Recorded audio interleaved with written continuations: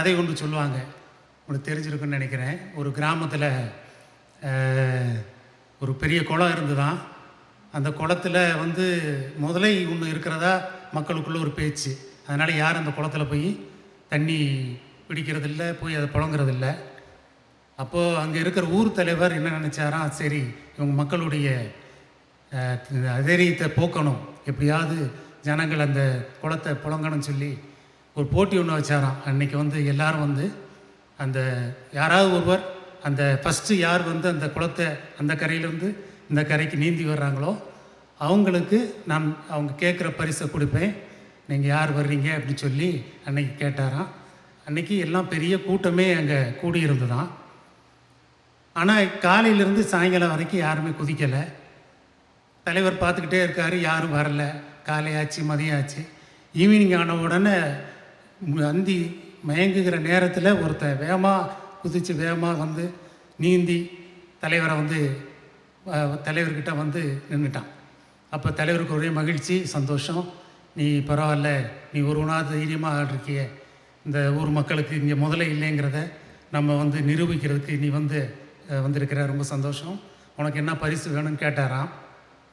எனக்கு பரிசுலாம் ஒன்றும் வேணாங்கய்யா, கூட்டத்தில் வேடிக்கை பார்த்துட்டு நின்றுட்டு இருந்தேன், திடீர்னு எவனும் தள்ளி விட்டான்னு தெரில, அந்த தள்ளி விட்டவனை மட்டும் எனக்கு காமிங்க, அது போதும், அவனை தான் உண்டு இல்லைன்னு ஆக்கிறேன்னு சொன்னாராம். அது மாதிரி தான் நான் இங்கே வந்து நிற்கிறதுக்கு விருப்பப்படல. ஆக்சுவலாக பாஸ்டர் வந்து கேட்டார், அப்பயும் நான் பதில் சொல்லலை. நானும் அப்புறம் பாப்பாட்டு கேட்குற அவனும் நானும் சொல்லலை. அவளா திடீர்னு அனுப்பிச்சி விட்டா, டாடி ஹஸ் அக்செப்டட்னு. அப்புறம் என்ன செய்கிறது, அதான் இங்கே வாங்கி நிற்கிற மாதிரி சூழ்நிலை ஆயிடுச்சு. ஆக்சுவலாக ஒரு இந்த மாதிரி ஒரு இடத்துல இருந்து பேசுகிறதுங்கிறது பெரிய காரியம். எனக்கு அது தகுதி இல்லைன்னு நினைக்கிறேன். ஏன்னா வசனம் ஒன்று உண்டு, தனக்கடாத வழக்கில் ஈடுபடுகிறவன் வந்து வழியில் இருக்கிற நாயை காதை பிடிச்சி இழுக்கிறதுக்கு உப்பாக இருக்கிறான்னு சொல்லி. போகிற வழியில் நம்ம ஏதாவது ஒரு நாயை காதை பிடிச்சி இழுத்தா என்ன செய்யும், மேலே விழுந்து புராண்டிடும். ஸோ நமக்கு இது பொருத்தம் இல்லாத காரியத்திலாம் போய் ஈடுபடக்கூடாது. ஒன்று. ரெண்டாவது வந்து எபிரேயரில் சொல்லப்பட்டபடி வசனம் என்பது இருபுறம் கருக்குள்ள பட்டயம். அது வந்து நம்ம பேசுகிற பேச்சை கேட்குறவங்களையும் வெட்டும், பேசுகிறவங்களையும் வெட்டும். ரொம்ப ஜாக்கிரதையாக இருக்கணும். மூன்றாவதாக அதிகமான சோதனைக்கு உட்படாதபடிக்கு நீங்கள் வந்து அநேகர் உங்கள் போதகர்களாக ஆகாதிருப்பீர்களாக என்று சொல்லி யாக்கோபு 3:1 சொல்லப்பட்டு இருக்கிறது. ஸோ இது போதகராக இருக்கிறது வந்து நம்ம பாஸ்டர் மாதிரி பரிசுத்தவான்களுக்குரிய காரியம். அதில் வந்து நம்ம ஈடுபடுறதுங்கிறது ஒரு பெரிய ஒரு ரிஸ்கான ஒரு வேலை தான். அதனால் நான் அதிகமாக இந்த காரியங்களில் ஈடுபடுறதில்லை, நான் வர்றதில்லை. ஆக்சுவலாக எனக்கு வந்து எல்ஐசியில் ஒர்க் பண்ணி ரிட்டையர் ஆகிட்டேன். ஸ்டேட் வைடு எங்களுக்கு ஒரு ஃபெல்லோஷிப் உண்டு. அதில் நான் கம்யூனிகேட் பண்ணுவேன், மீட்டிங் அரேஞ்ச் பண்ணுவேன். நிறைய பேரை இந்த அஜெண்டா ரெடி பண்ணுறது, அந்த மாதிரி காரியங்கள். வீட்டில் கூட்டங்கள் நடக்கிறபோது நான் சேர் எடுத்து போடுறது, தண்ணி எடுத்து வைக்க, அந்த கரண்ட் கனெக்ஷன் இதெல்லாம் பண்ணி கொடுக்குறது, இதுதான் என்னுடைய வேலையாக இருந்துச்சு.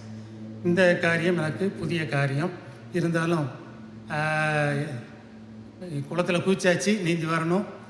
ரெஸ்கியூ ஆப்ரேஷனுக்கு பாஸ்டர் இருக்காங்கன்னு நம்பி நான் இந்த செய்திக்குள்ளாக கடந்து போகலாம். வசனத்துக்கு நேராக நாம் திரும்பலாம். வசனம் தியானிக்கையில் இதயமதில் ஆறுதலே, காரிருளில் நடக்கையிலே தீபமாக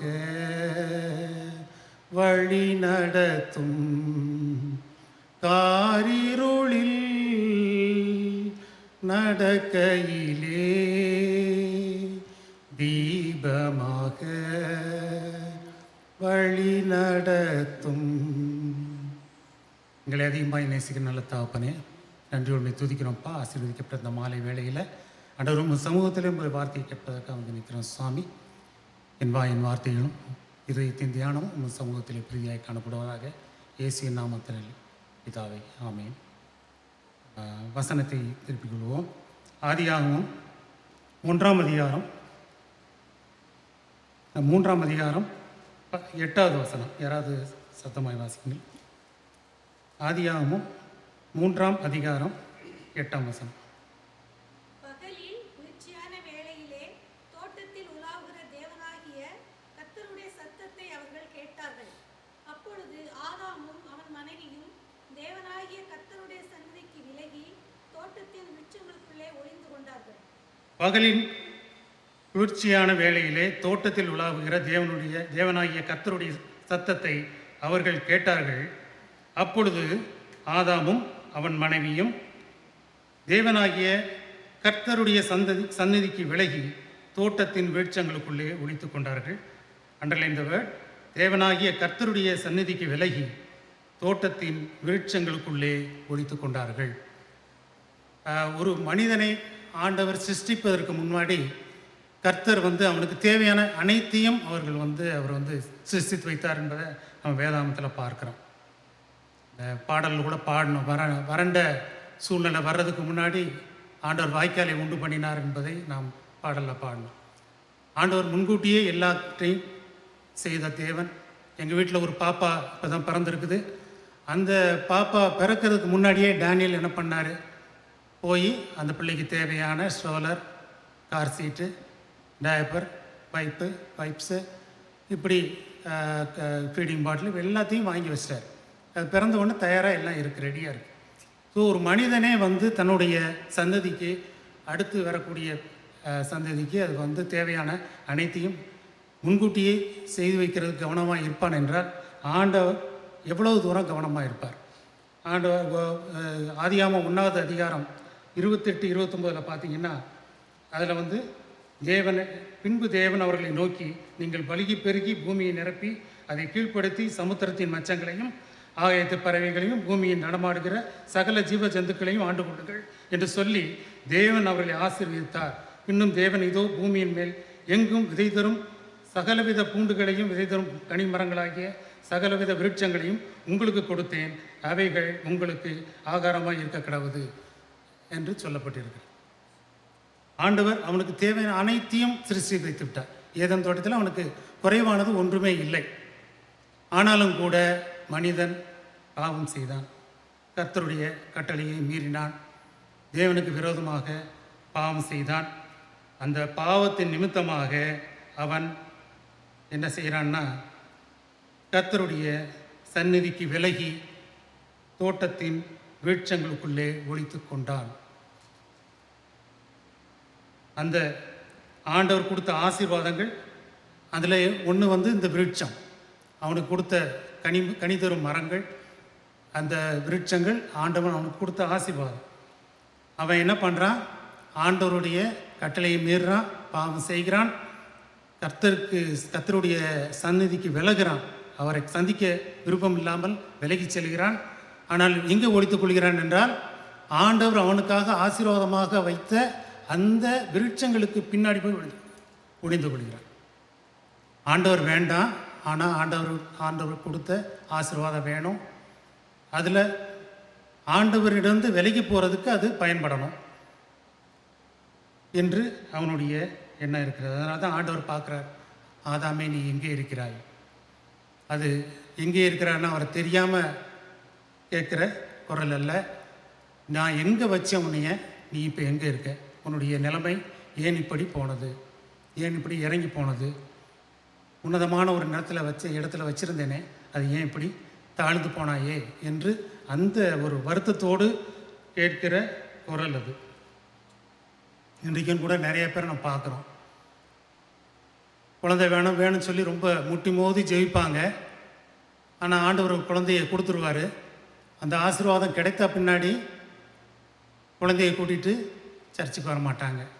குழந்தைக்கு ஸ்கூலில் ஸ்பெஷல் கிளாஸ் இருக்குது, கராத்தே கிளாஸ் இருக்குது, டியூஷன் போகணும், அவன் படிக்கணும், நீட் படிக்கணும், டாக்டர் ஆகணும், இப்படியே போயிட்டு அவங்களுடைய அந்த சபைக்கு அவர்கள் கொடுக்குற முக்கியத்துவம் கொஞ்சம் கொஞ்சமாக குறைந்து போகிறத நம்ம பார்க்குறோம். இப்படி அநேக காரியங்கள். ஆசீர்வாதத்தை கேட்டு வாங்குறாங்க. ஆனால் ஆசீர்வாதத்தை சுதந்திரத்து கொண்ட பின்னாடி கர்த்தருடைய சன்னதிக்கு அவங்க விலகி ஓடுகிறத பார்க்குறோம். அவங்க கர்த்தருக்கு மறைத்து கொள்கிறத பார்க்குறோம். அந்த ஆசீர்வாதத்தையே அவர்கள் காரணமாய் சொல்லுகிறதையும் நாம் பார்க்குறோம். வேதாகமத்தில் அப்படிப்பட்ட ஒரு மனிதனை குறித்து கூட நாம் பார்க்கலாம். அநேகர் உண்டு. அதில் ஒரு காரியத்தை குறித்து பார்ப்போம். பழைய ஏற்பாட்டில் சவுலை குறித்து எத்தனை பேருக்கு தெரியும்? பழைய ஏற்பாடு சவுலை குறித்து எல்லாருக்கும் தெரியும்னு நினைக்கிறேன். சவுலை குறித்து நீங்கள் ஒரு வார்த்தையில் சொல்கிறா இருந்தால் என்ன சொல்லுவீங்க? யாராவது சொல்லுங்கள். ஒரு வாக்கியத்தில் சவுலை குறித்து என்ன சொல்லுவீங்க? உங்கள் மனதில் தோன்றுகிறது என்ன? ஹைட்டாக இருக்கான், ரைட்டு, ஓகே. அவனுடைய குணாதிசயங்களை பற்றி சொல்லுங்கள். பேராசை. வேற?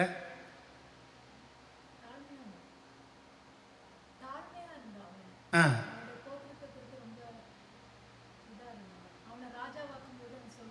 ம் ஆ தாழ்வு மனப்பான்மை இருந்தான், தாழ்வு மனப்பான்மையில் இருந்தான் அப்படின்னு சொல்கிறாங்க. பொறாமை, கீழே விழுந்தது, உயரத்தில் போய் கீழே விழுந்தது. பார்த்தீங்கன்னா சவுலை குறித்து நாம் தியானிக்கும் பொழுது மேக்சிமம் அவனுடைய குறித்து சொல்லுகிற காரியம் வந்து எல்லாமே நெகட்டிவான காரியமாக தான் இருக்கும்.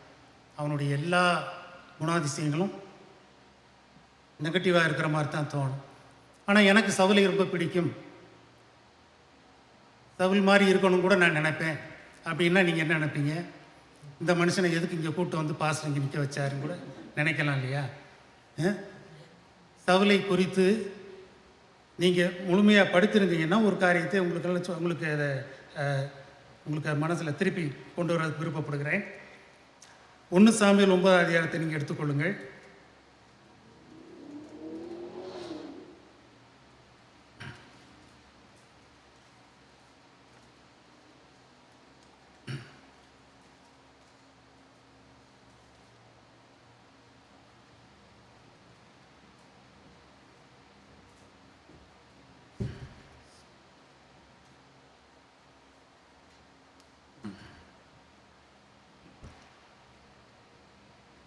ஆக்சுவலாக 1 சாமுவேல் 8ஆம் அதிகாரத்தில் மக்கள் வந்து தங்களுக்கு ஒரு ராஜா வேணும், மற்றவர்களைப் போல எங்களுக்கும் ஒரு ராஜா வேணும், எனக்கு ஏற்படுத்தி கொடுங்கன்னு சொல்லி பிடிவாதமாக இருக்கிறாங்க.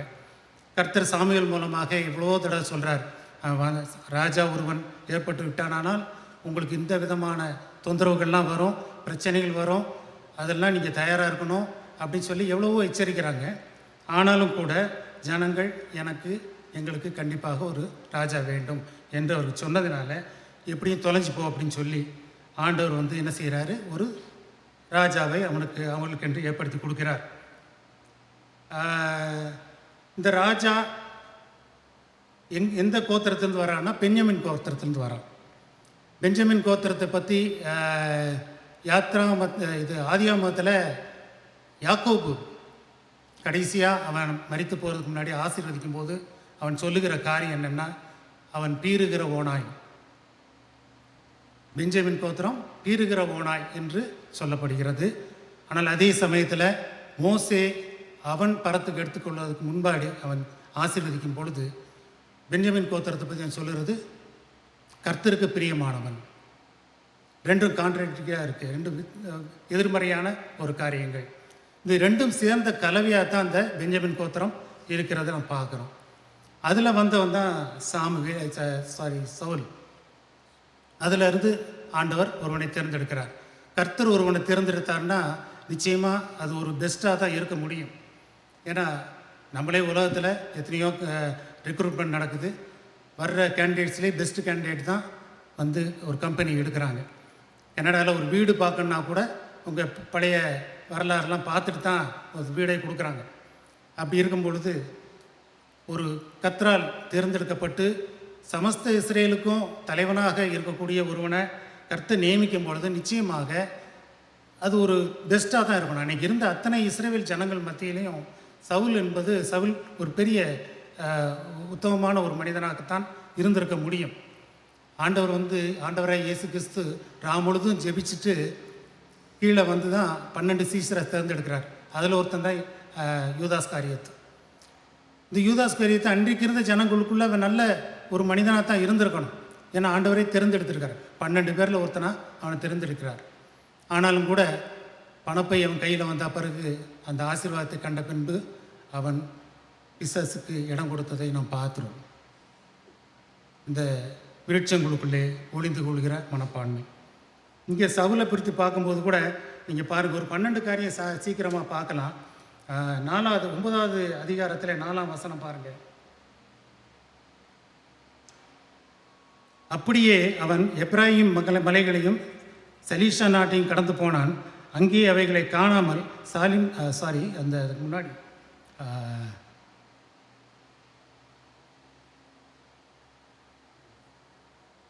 3வது வசனம், சவுலின் தகப்பனாகிய கீசுடைய கழுதைகள் காணாமல் போயிற்று. ஆகையால் கீஸ் தன் குமாரனாகிய சவுலை நோக்கி, நீ வேலைக்காரில் ஒருவனை கூட்டிக் கொண்டு கழுதுகளை தேட புறப்பட்டு போ என்றான். அப்படியே அவன் எப்ராயிம் மலைகளையும் சலீஷா நாட்டையும் கடந்து போனான் என்று அதில் சொல்லப்பட்டிருக்கிறது. இதில் அவனை பார்க்குறீங்க, அவனுடைய தகப்பனார் ஒரு கட்டளை கொடுக்குறான். இந்த மாதிரி கழுதையை காணாமல் போயிடுச்சு, நீ போய் பார்த்துட்டு வந்த உடனே அவன் கீழ்ப்படிந்து புறப்பட்டு போனான்ங்கிறத நம்ம பார்க்குறோம். தகப்பனுடைய சொல்லுக்கு கீழ்ப்படுகிற ஒரு மனுஷனை அங்கே நாம் பார்க்குறோம். அதே இது 5வது வசனத்தில் பாருங்கள். அவர்கள் சூப் என்னும் நாட்டிற்கு வந்த பொழுது சவுல் தன்னோடு இருந்த வேலைக்காரனை நோக்கி, என் தகப்பன் கழுதியின் மேலுள்ள கவலையை விட்டு நமக்காக கவலைப்படும்படிக்கு திரும்பி போவோம், கவலைப்படாதபடிக்கு திரும்பி போவோம் வா என்றான். இங்கே வந்து தகப்பன் மேல் அவன் வைத்திருக்கிற பாசத்தை பார்க்குறோம். எங்கடா நம்ம இங்கே இவ்வளோ தூரம் வந்துட்டோம், பல நாடுகளை கடந்து வந்துட்டோம், ஆனால் கழுதி கிடைக்கல. ஆனால் தகப்பன் தன்னை குறித்து கவலைப்படுவானே, அப்போ நம்ம திரும்பி போனால் தானே அவனுக்கு அந்த கவலை போகும், அப்போ நம்ம திரும்பி போகணுமே என்று சொல்லி அவன் திரும்பி போக எத்தனைக்கிறத பார்க்குறோம். அங்கே அவனுடைய பாசம், தகப்பன் மேல் இந்த பாசத்தை நாம் பார்க்குறோம். 6வது வசனம் பாருங்கள். அதற்கு அவன் அந்த வேலைக்காரன், இதோ இந்த பட்டணத்திலே தேவனுடைய மனுஷன் ஒருவர் இருக்கிறார், அவர் பெரியவர், அவர் சொல்லுகிறதெல்லாம் தப்பாலும் நடக்கும், அங்கே போவோம், ஒருவேளை அவர் நாம் போக வேண்டிய நம்முடைய வழியை நமக்கு தெரிவிப்பார் என்றான். அப்போ வேலைக்காரன் வந்து சொல்கிறான், அவன் கீழே வேலை பார்க்குற ஒருத்தன், இந்த மாதிரி இன்னொரு இடத்துக்கு போவோம், அங்கே ஒரு தீர்க்கதரிசி இருக்கார், அவர் சொல்கிறதெல்லாம் நடக்கும், அவர்கிட்ட போய் கேட்போம், அவர் நம்ம கண்டுபிடிச்சி சொல்லுவார்னு சொல்கிறான். அப்போ வேலைக்காரனை சொல்கிறதை கூட கேட்கிற ஒரு மனப்பான்மை, தனக்கு கீழே இருக்கிறவனை கூட கனம் பண்ணுகிற அந்த மனப்பான்மை அவனுக்குள்ளே இருக்கிறதையும் நம்ம பார்க்குறோம். அடுத்து 21வது வசனம்.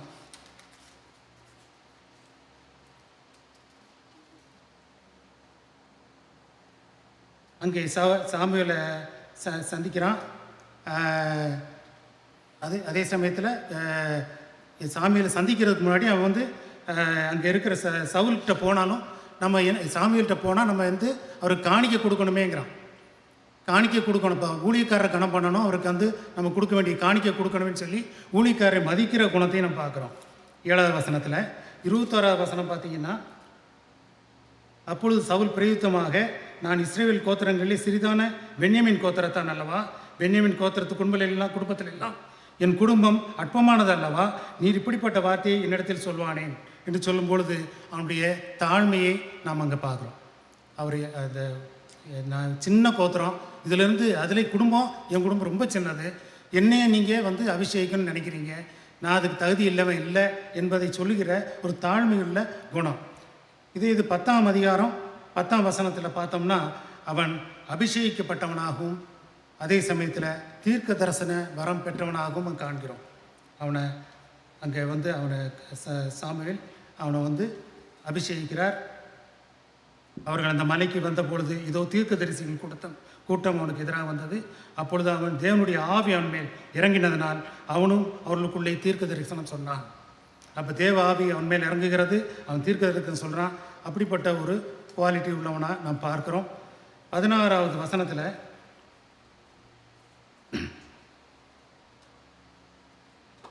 சவுல் தன் சிறிய தகப்பனை பார்த்து, கழுதைகள் அகப்பட்டது என்று அவர் எங்களுக்கு தீர்மானமாய் சொன்னான் என்றான். ஆனாலும் ராஜ்யபாரத்தை சாமுவேல் சொன்னதை அவனுக்கு அறிவிக்கவில்லை. அப்போ அவனை வந்து அடுத்து ராஜா அவன் தான்ங்கிறத சாமுவேல் அவனுக்கு வெளிப்படுத்திட்டான். ஆனால் ஊருக்கு வந்த பிறகு அவன்கிட்ட கேட்குறாங்க, என்ன சொன்னால் சாமுவேல் என்ன சொன்னான்னு சொல்லி கேட்கும்போது அவன் அதுக்கு மறைக்கிறான். அது பெருமையாக சொல்லியிருந்திருக்கலாம், நான் தான் அடுத்த ராஜான்னு சொல்லியிருக்கலாம். ஆனால் அவன் வந்து சாமுவேல் சொன்னதை அவனுக்கு அறிவிக்கவில்லை என்று பார்க்குறோம். அப்போ பதவி ஆசை இல்லாத ஒரு மனிதனாக அங்கே நம்ம பார்க்குறோம். அதே சமயத்தில் பொறுமையை கடைப்பிடிக்கிறவனும் பார்க்குறோம். 22ஆம் வசனத்தையும் பார்ப்போம். அவன் இனி எங்கே வருவானா என்று அவனை திரும்பி கர்த்தரிடத்தில் விசாரித்த பொழுது இதோ அவன் தளவாடங்களிலே ஒழித்து கொண்டிருக்கிறான் என்று கர்த்தர் சொன்னார். அப்போ திருப்பி தேடுறாங்க, அவனை அபிஷேகம் பண்ணி அவன் ராஜாவை ஆக்கணும்னு சொல்கிறாங்க. ஆனால் அவன் எங்கே போய் இருக்கிறான்னா தளவாடங்களுக்கு இடையிலே ஒழித்து கொள்கிறான். அவன் ராஜாவாக அவன் முன் வரலை, அவன் வந்து ஒழித்து கொள்கிறான். பதவி ஆசை இல்லாமல் தன்னை ஒழித்து கொள்கிற குணத்தை நாம் பார்க்கிறோம். 27ஆவது வசனத்தில் அவன் வந்து ராஜாவாயிட்டான்.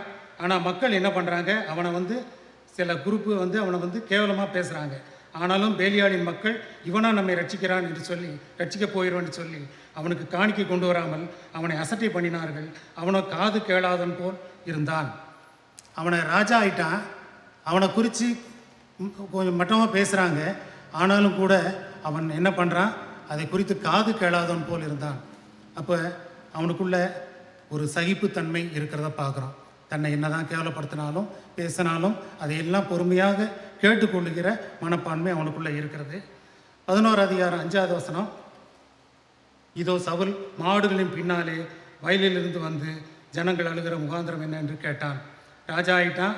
அவனுக்கு எதிராக அந்த இஸ்ரேல் மக்களுக்கு எதிராக அம்மோனியர்கள் வர்றாங்க, படையெடுத்து வர்றாங்க. அவங்களோட சண்டை போடணும்னு சொல்லும்பொழுது அவனை கூப்பிட்டு கேட்கும்போது அவன் எங்கே இருக்கான், மாடுகளின் பின்னாடி இருக்கான்னு சொல்லி பார்க்குறான். ராஜா ஆகிட்டான், சௌரியமாக இருக்கலாம், சந்தோஷமாக இருக்கலாம். ஆனாலும் கூட உழைக்கிற காரியத்தை அவன் விடவில்லை. அவன் உழைப்பாளியாக அங்கே இருந்தான், மாடுகளுக்கு பின்னாடி இருந்து வந்தான்ங்கிறத நாம் பார்க்குறோம். கடைசியாக 13வது வசனம், அந்த போரில் போய் ஜெயிச்சாச்சு, அவன் வந்து வெற்றி பெற்று வந்து விட்டார்கள். அப்புறம் வந்து ஜனங்கள் எல்லாம் என்ன சொல்கிறாங்க, அப்பொழுது ஜனங்கள் சாமுவேலை நோக்கி சவுலா நமக்கு ராஜாவை ஏற்க போகிறான்னு சொன்னவர்கள் யார், அந்த மனுஷரை நாங்கள் கொன்று போடும்படிக்கு ஒப்பு கொடுங்கள் என்றார்கள். யார், சாமுவேலை பார்த்து சொல்கிறாங்க ஜனங்கள். அந்த மனுஷனை ஏற்கனவே நிந்தித்த மனுஷர்களை நம்ம கொன்று போடுவோம். இப்போ வந்து வெற்றி பெற்றாச்சு, அவனுடைய இடத்த ஸ்தாபிச்சிட்டாச்சு, அவன் ஒரு லெவலுக்கு வந்துட்டாச்சு. அப்போ வந்து மக்கள் வந்து சாமுவேல்கிட்ட அவங்க மக்களை, அந்த நிந்தித்த மக்களை கொன்று போடுவோன்னு சொல்கிறாங்க. ஆனால் அதுக்கு சவுல் என்ன சொல்கிறான், இன்றைய தினம் ஒருவரும் கொல்லப்படலாகாது, இன்று கர்த்தர் இஸ்ரேலுக்கு ரட்சிப்பை அருளினார் என்று சொன்னான். அப்போ அவன் வந்து என்ன பண்ணுறான், மன்னிக்கிற ஒரு குணத்தையும் நம்ம பார்க்குறோம். ஸோ இத்தனை குணங்கள் இருக்குது. கீழ்ப்படிதல் இருக்குது, பாசம் இருக்குது, வேலைக்காரரை மதிக்கிற காரியம் இருக்குது, ஊழிக்காரர் கனம் பண்ணுற காரியம் இருக்குது, தாழ்மை இருக்குது, அபிஷேகம் பண்ணப்பட்டிருக்கிறான், தீர்க்க தரிசனம் வரம் பெற்றிருக்கிறான், பொறுமை அவன்கிட்ட இருக்குது, பதவி ஆசை இல்லை, சகிப்புத்தன்மை இருக்குது, உழைப்பாளியாக இருக்கிறான், ஒரு மன்னிக்கும் குணம் உடையவனாகவும் இருக்கிறான். இப்படிப்பட்டவன் தான் பின்னாடி என்னாச்சு, ஒரு குரூரமான ஒரு மனிதனாக மாறுகிறத பார்க்குறோம். ஏனென்றால் இந்த ஆசீர்வாதம் அவனுக்குள்ளே இருந்த நல்ல குணங்களை எல்லாம் அது எடுத்து போட்டது. அவன் கர்த்தரை விட்டு விலகி அவன் ஆசீர்வாதமான விருட்சங்களுக்குள்ளே மறைந்து கொள்ளுகிற ஒரு காரியத்தை பார்க்குறோம். அவனுடைய பிற்காலத்தில் பார்த்திங்கன்னா தேவ கட்டளையை மீறுகிறத பார்க்குறோம். அந்த மோராபு அவனை கெட்டி கொடுக்கணும்னு சொல்லி தாவீதுக்கு சொல்லி ஏமாத்துறதை பார்க்குறோம். அதே சமயத்தில் பொறாமை பிடித்தவனாக இருக்கிறத பார்க்குறோம், கோபம் நிறைந்தவனாக இருக்கிறத பார்க்குறோம். அவன் தன்னுடைய தப்பை மறைக்கிறதுக்காக மக்கள் மேலே பழி போடுகிறத பார்க்குறோம். தாவீது பாவம், அவனை காரணமின்றி அவனை வந்து கொலை செய்கிறதுக்கு பல முறை முயற்சித்ததை பார்க்குறோம். அதே மாதிரி ஆசிரியராக இருந்த அகில்மலேக்க வந்து அவனையும் அவனோடு இருந்த அத்தனை ஆசாரியர்களையும் அவனுடைய குடும்பத்தார் அனைவரையும் குழந்தைகளை முதற்கொண்டு அத்தனை குரூரமாக கொன்று போட்ட ஒரு மனிதனாக பார்க்குறோம். கடைசியாக அஞ்சனம் பார்க்குறதுக்கும் குறி சொல்கிறதுக்கும் தேடி போனதையும் நம்ம பார்க்குறோம். கடைசியில் அவனுடைய நிலைமை என்னென்னா, போரில் குரூரமாக செத்து போனான் என்று பார்க்குறோம். இந்த செத்து போனான்ங்கிற வார்த்தை வந்து பைபிளில் பார்த்திங்கன்னா ரொம்ப மோசமான காரியத்தை செய்கிறவர்கள், கர்த்தருக்கு விரோதமாக நடந்து கொண்டவர்களுக்கு தான் மேக்சிமம் வந்து செத்து போனான்னு சொல்லி போடப்பட்டிருக்கோம். நம்ம இதில் அகிதோப்பையில் பார்த்திங்கன்னா நாண்டு கொண்டு செத்தான் என்று தான் போட்டிருக்கோம். அதே மாதிரி யூதாஸ் காரியத்து நாண்டு கொண்டு செத்தான் தான் போட்டிருக்கோம். அதே மாதிரி செத்தான்கிற வார்த்தை வந்தாலே அது வந்து கேவலமான ஒரு மோசமான ஒரு மரணம் என்பதை மற்றவங்களாம் நித்திரை அடைந்தார்கள், மரணம் அடைந்தார்கள், இறந்து போனார்கள், இப்படி தான் இருக்கிறத பார்க்குறோம். இவனுக்கு இப்படிப்பட்ட ஒரு மோசமான ஒரு சாவை அங்கே ஏற்பட்டதை நாம் பார்க்கிறோம். மத்தேயு 25 அதிகாரம் 14 30 வரை ஒரு ஓமையை கர்த்தர் நமக்கு சொல்கிறார். அது என்னன்னு உங்கள் எல்லாருக்கும் தெரியும். தாளந்து குறித்த ஓமை. 5 தாளந்து, 2 தாளந்து, 1 தாளந்து. இந்த 5 தாளந்தை கொடுத்தவன் ஒரு எஜமான் வந்து பிரயாணப்பட்டு போகிறான். போகும்போது அவன் வந்து தன்னுடைய வேலைக்காரன்ட்ட 5 தாளந்தையும் 2 தாளந்தையும் 1 தாளையும் 3 பேர்கிட்ட கொடுத்துட்டு போகிறான். திரும்பி வரும்போது கேட்டபோது 5 தாளந்து உள்ளவன் 5 தாளந்தை திருப்பி புதுசாக சம்பாதித்தேன்னு சொல்லி திருப்பி கொடுக்குறத பார்க்குறோம். 2 தாளந்து சம்பாதித்தவன் திருப்பி இன்னொரு 2 தாளந்தை சம்பாதித்தேன்னு சொல்லி திருப்பி கொடுக்குறத பார்க்குறோம். ஒரு தாளந்தை கொடுக்கப்பட்டவன் அவன் என்ன பண்ணுறான், திருப்பி அந்த 1 தாளந்தை மண்ணுக்குள்ளே போச்சு வச்சுருந்தேன், இந்தாங்க வச்சுக்கோங்கன்னு சொல்லி திருப்பி கொடுக்குறதையும் பார்க்குறோம். இதில் 3வது வந்தவனை குறித்து நம்ம பார்க்கும் பொழுது அவன் என்ன தப்பு பண்ணான். அவன் கையில் ஒரு தாளந்தை கொடுத்துட்டு போனார், எஜமான் கொடுத்துட்டு போனதை திருப்பி அவன் கொடுத்துட்டான். இப்போ நான் ஊர்லேருந்து வந்துட்டேன், மதுரையிலேருந்து வந்துட்டேன், ஒரு வீட்டு சாவியை என் ஃப்ரெண்டுகிட்ட தான் கொடுத்துட்டு வந்திருக்கிறேன். அவர் வீட்டை பார்த்துக்கிட்டு இருக்காரு. திரும்பி வரும்போது வீட்டு சாவியை என்கிட்ட திருப்பி கொடுத்தாருன்னா நான் சந்தோஷமாக தான் நினைப்பேன், பரவாயில்ல கரெக்டாக கொடுத்துட்டாரு அப்படின்னு சொல்லி. இப்போ இவன் நேர்மையாக தானே நடந்து கொண்டான். ஆனால் ஆண்டவர் சொல்லுகிற காரியம், பொல்லாதவனும் சோம்பலுமான ஊழியக்காரன், பிரயோஜனமற்ற ஊழியக்காரன், புறம்பான இருளிலே தள்ளப்படக்கூடிய ஒரு ஊழியக்காரனாக ஆண்டவர் பார்க்கிறார். ஒரு விதத்தில் நம்ம பார்த்தோன்னா, சப்போஸ் இவன்கிட்ட 1 தாளந்தை கொடுத்தாரு, அந்த 1 தாளந்தை அவன் வந்து திருப்பி கொடுக்காம அந்த 1 தாளந்தை செலவழித்து அவனுக்குன்னு அவன் வீடுகளை கட்டிக்கொண்டு அவனுடைய சொந்த உபயோகத்துக்காக அதை பயன்படுத்தி இருந்தான்னா ஆண்டவர் என்ன தண்டனை கொடுத்துருப்பார். திருப்பி கொடுத்தவனுக்கே இந்த நிலைமையாக இருக்கும்போது அவன் வந்து அதை பெருக்கி கொள்ளாமல் தன்னுடைய சொந்த காரியங்களுக்காக அவன் உபயோகப்படுத்தியிருந்தால் கர்த்தர் அவனுக்கு என்ன தண்டனை கொடுத்துருப்பார்னு யோசித்து பாருங்கள். ஒரு காலகட்டத்தில் இங்கிலாந்திலிருந்தும் அமெரிக்காவிலிருந்தும் ஜெர்மனியிலிருந்தும் பல ஊழியக்காரர்கள் இந்தியாவுக்கு வந்து ஆண்டவரை குறித்து அறிவித்தாங்க, கல்வி நிலையங்களை ஏற்படுத்தினாங்க, ஆஸ்பத்திரியில் கட்டினாங்க, ஆண்டவரை அங்கே அறிமுகப்படுத்தினாங்க. அதனால் ஆண்டவர் என்ன பண்ணார், அந்த நாடுகளை எல்லாம் செழிப்பாக்கினார். அந்த நாடுகள்லாம் இன்றைக்கி வல்லரசாக பெரிய நாடுகளாக இருக்கிறத பார்க்குறோம்.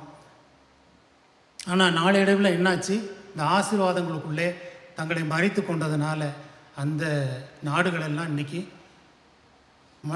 பின்வாங்கி போனதை பார்க்குறோம். ஆண்டவர் விட்டு பின்வாங்கி போனதை பார்க்குறோம். இங்கிலாந்தில் அநேக சர்ச்சுகள் இன்றைக்கி வந்து அது வந்து கேளிக்கை விடுதிகளாக இருக்கிறது, மால்களாக மாற்றப்பட்டிருக்கிறது, சில இடங்கள் வந்து மசூதிகளாக கூட மாற்றப்பட்டிருக்கிறதா பார்க்குறோம். இவ்வளவு மோசமான ஒரு சூழ்நிலைக்கு ஏன் போச்சு, அதுக்கு காரணம் என்ன? அவங்களுக்குள்ள அந்த ஆசீர்வாதம் வந்த பின்னாக அந்த ஆசீர்வாதத்தில் தங்களுடைய மனதை அவர்கள் செலுத்தியதுனால கர்த்தரை விட்டு அவங்க பின்வாங்கி போயிட்டாங்க. அந்த சந்ததி அடுத்த சந்ததிக்கு தன்னை ஆண்டவரை குறித்து அறிமுகம் செய்யாமல் போயிட்டாங்க. அதனால தான் வந்து அந்த ஒரு தலைமுறை கட்டாயிருச்சுன்னா அந்த தலைமுறை ஃபுல்லாக அடுத்தடுத்த தலைமுறையெல்லாம் பின்வாங்கி போகிறத பார்க்குறோம். இன்றைக்கி அது வந்து கலாச்சார சீரழிவில் இருக்கிறத நம்ம பார்க்குறோம். நம்ம வந்து இப்போ அந்த இஸ்ரேல் ஜனங்களுடைய காரியத்தை பார்த்துருக்குறோம். இஸ்ரேல் நாடு வந்து 1948ஆம் வருஷம் மே மாதம் 14ஆம் தேதி உருவானதை தெரியும். இஸ்ரேல் ஜனங்கள் கிபி 70ஆம் ஆண்டிலிருந்து வந்து அவங்க வந்து சிதறடிக்கப்பட்டாங்க. அவங்களுக்கு ஒரு நாடு கிடையாது, உலகம் ஃபுல்லாக சிதறடிக்க போனாங்க, பல இடங்களில் பிரிஞ்சு போயிட்டாங்க. ஆனாலும் அவங்க என்ன செய்வாங்களாம், ஒவ்வொரு வருஷமும் வந்து திரும்பி எப்பயாவது ஒன்று சேரும் பொழுது பிரிந்து சில நேரத்தில் ஒன்று சொல்லுவாங்களாம், நெக்ஸ்ட் இயர் இன் ஜெருசலேம், அடுத்த வருடம் ஜெருசலேமில் சந்திப்போம் என்று சொல்லிக்கொண்டு பிரிவார்களாம். இந்த காரியமானது தலைமுறையாக அவங்களுக்குள்ளே பரிமாறப்பட்டு கொண்டே வந்தது. அந்த நெக்ஸ்ட் இயர் இன் ஜெருசலேம் என்று சொல்லுகிறது ஒவ்வொரு சந்ததிக்கும் அடுத்தடுத்து கடத்தப்பட்டு கொண்டே வந்ததுனால அந்த வைராக்கியமானது தங்களுடைய ப்ராமிஸ்டு லேண்டை திருப்பி பெறணும் என்ற ஒரு வைராக்கியத்தோடு அவங்க வந்து கடைசியில் 1947 வருஷம் அது கைகூடி வந்ததை நம்ம பார்க்குறோம். உலகத்தில் சரித்திரத்தில் எந்த ஒரு ஜனக்கூட்டமும் இந்த மாதிரி 2000 வருஷத்தில் கழித்து வந்து திரும்ப ஒரு நாடை கட்டி கொண்டதாக சரித்திரமே கிடையாது. அப்போ அந்த அவங்களுக்குள்ளிருந்த அந்த இது வைராக்கியம், நமக்கு கடவுள் கொடுத்த அந்த நாட்டை நம்ம திரும்ப பெறணும்னு சொல்லி அவங்களுக்குள்ளிருந்த வைராக்கியத்தினால நெக்ஸ்ட் இயர் இன் ஜெருசலேம் சொல்லி சொல்லி சொல்லி சொல்லி அவங்க வந்து இந்த நாட்டை அவங்க சுதந்திரித்து கொண்டார்கள். அப்போ உலக பிரகாரமான ஒரு ராஜ்யத்துக்காக அவங்க இவ்வளவு தூரம் வைராக்கியம் பாராட்டியிருந்தால் நம்ம வந்து பரலோக ராஜ்யத்தை சுதந்திரத்துக் கொள்வதற்கு நம்ம என்ன செய்யணும்? நம்ம வந்து அடுத்த தலைமுறைக்கு நம்ம அதை கடத்தி கொண்டு போகிறது நமக்கு மிகுந்த ஒரு பொறுப்பாக இருக்கிறத பார்க்குறோம். இன்றைக்கி இந்த சின்ன பிள்ளைங்கள்லாம் வந்து அருமையாக வசனம் சொல்கிறாங்க. இந்த வசனம் அவங்களுக்கு ஒவ்வொரு வாரமும் அவங்க சொல்கிறதுக்கு நம்ம வாய்ப்பு கொடுக்குறோம். குழந்தைகள் ஆண்டவருக்குள்ளே வளர்கிறது மிகுந்த சந்தோஷம். ஸோ நம்ம வந்து பிள்ளைகளை ஆண்டவருக்குள்ளே அடுத்தடுத்த தலைமுறைக்கு நம்ம அதை கடத்தி அந்த ஆண்டவருடைய வார்த்தையை சொல்லி சொல்லி கடத்தி கொண்டு போனால் தான் அவங்களுடைய வாழ்க்கை செழிப்பாக இருக்கும். அவங்க மற்றவர்களுக்கு சாட்சியாக ஆண்டவருக்கு சாட்சியாக வாழ்வாங்க. ஆனால் நம்ம வந்து ஆசீர்வாதத்துக்குள்ளே தம்மை மறைத்து கொள்ளும் பொழுது இந்த காரியம் வந்து அது கட்டாயி போயிடும். ஒரு சந்ததி கர்த்தரை சேவிக்கும், அது தலைமுறையாக கர்த்தரின் சந்ததி எனப்படும் என்று வேதத்தில் சொல்லப்பட்டிருக்கிறது. ஒரு சந்ததி ஒரு வேளை கர்த்தரை சேவிக்காவிட்டால் அந்த சந்ததி பிசாசின் சந்ததியாக மாறி போகிற ஒரு பெரிய அபாயம் இருக்கிறத நம்ம பார்க்குறோம். அதனால் நம்ம என்ன செய்ய வேண்டியிருக்கு? பிள்ளையாண்டானை நடத்த வேண்டிய வழியிலே நடத்தினால் அவன் முதிர் வயதிலும் கனி கூடாது அவன் விடாது இருப்பான் என்று அதில் சொல்லப்பட்டிருக்கிறது. அப்போ வந்து நம்ம வந்து பிள்ளைகளை நாம் எப்படி ஆண்டவருக்குள்ளே வளர்க்குறோங்கிறதுல நம்ம மிகுந்த கவனத்தோடு செயல்படணும். நம்மளுடைய ஆசீர்வாதத்தை நம்ம வந்து என்ன செய்ய வேண்டியது இருக்கிறது? அடுத்த நம்ம மற்றவங்களுக்கு அதை பிரயோஜனப்படும்படியாக, ஆண்டவரை அறிவிக்கும்படியாக, கர்த்தரை உயர்த்தும்படியாக, அவர் நாமும் மேம்படும்படியாக நம்ம அதை செயல்படுத்த வேண்டி இருக்கிறது. அந்த காரியத்தை அநேகர் இன்றைக்கு மறந்து போனதுனால தான் இன்றைக்கி கிறிஸ்தவம் இந்த அளவுக்கு மோசமான ஒரு சூழ்நிலையில் மாட்டிக்கிட்டு இருக்கிறத நம்ம பார்க்குறோம்.